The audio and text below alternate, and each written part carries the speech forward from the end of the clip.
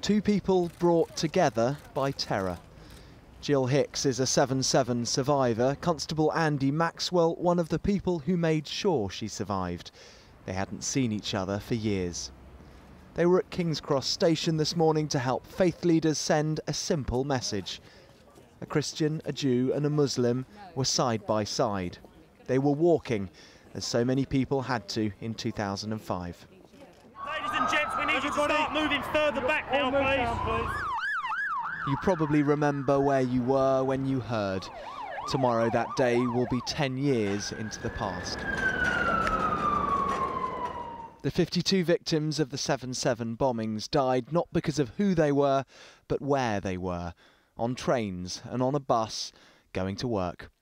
I want to begin by expressing on behalf of the whole country our sympathy for those injured and the friends and families of those who've died.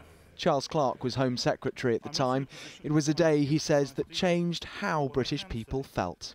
Psychologically, it was an immensely important moment, of course, because we were attacked on our own territory.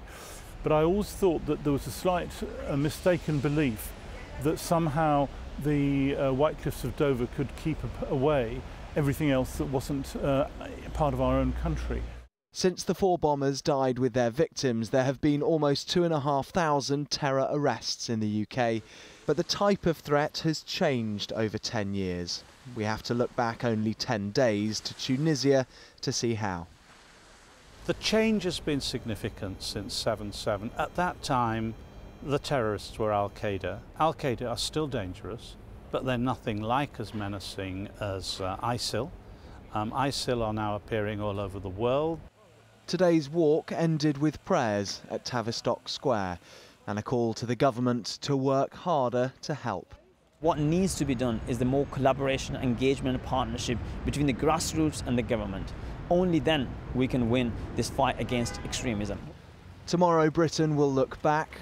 Today was all about British people moving forward together.